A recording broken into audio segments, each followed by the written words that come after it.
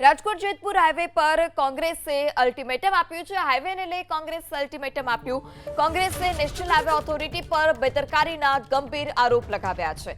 ચોમાસા પૂર્વે તમામ જોખમી પોઈન્ટોનું સમારકામ જરૂરી હોવાની વાત કોંગ્રેસ તરફથી કરવામાં આવી। ટ્રાફિક મેનેજમેન્ટ અને રોડ સેફટી વ્યવસ્થા મુજબ કાર્યવાહી કરવા અને તેને મજબૂત કરવા માટે માંગ કરાઈ છે।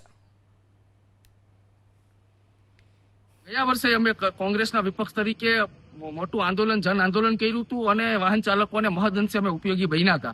આ વર્ષે ચોમાસા પૂર્વે જ રાજકોટ નેશનલ હાઈવે ઓથોરિટીની ઝોનલ વિભાગના નેશનલ હાઈવેના ડિરેક્ટરને આજે રજૂઆત કરી છે કે ચોમાસા પૂર્વે જે પ્રી મોન્સૂન કામગીરી પૂરતી જે ટ્રાફિક મેનેજમેન્ટનો અભાવ છે, જિલ્લા પોલીસ વહીવટી તંત્ર પાસેથી તમે ટ્રાફિક પોલીસનો બંદોબસ્ત કાયમી પોઈન્ટ આપો। ટોલ નાકાની અંદર 5-5 કિલોમીટરની લાંબો લાઈન લાગે છે તો ટોલ સંચાલકોને સૂચનાઓ આપો।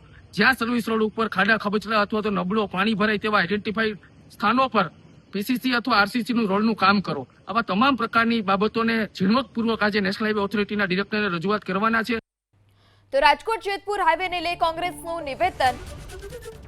કોંગ્રેસે વિરોધ કર્યો અને આ તમામ વચ્ચે કલેક્ટરે પણ નિવેદન આપ્યું છે। અત્યાર સુધીમાં 25 જેટલા બ્રિજ તૈયાર થયા હોવાની વાત કલેક્ટર તરફથી કરવામાં આવી છે। ચોમાસામાં ટ્રાફિકની સમસ્યા ન સર્જાય તે માટે ડાયવર્ઝન પાસે ક્રેન રખાશે। અત્યાર સુધી 70% કરતા વધારે બ્રિજનું કામ પૂર્ણ થઈ ચૂક્યું છે। બ્રિજનું કામ ઝડપથી થાય તે માટે NHAI સાથે પ્રશાસન સંકલનમાં।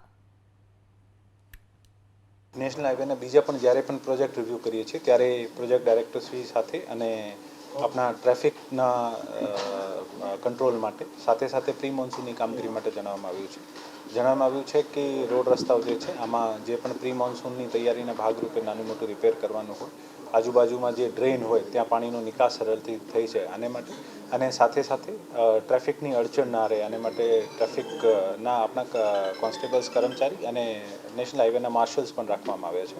બ્રિજનું પ્લાનિંગ જે છે આ લગભગ મોર દેન 25ના આજુબાજુ બ્રિજની પ્લાનિંગ હતી, પણ આમાં મોટાભાગે બ્રિજ જે છે આ શરૂ થઈ ગયા છે। 3-4 બ્રિજ હજુ પણ પ્લાનિંગમાં છે જે આમાં સમય લાગશે।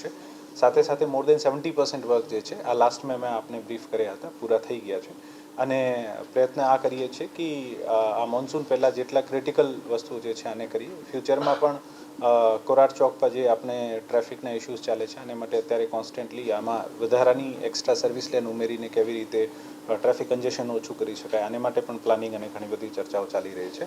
ભવિષ્યમાં આપણને ઝડપથી કામ પૂર્ણ કરે આને માટે એજન્સી અને નેશનલ હાઈવેને પણ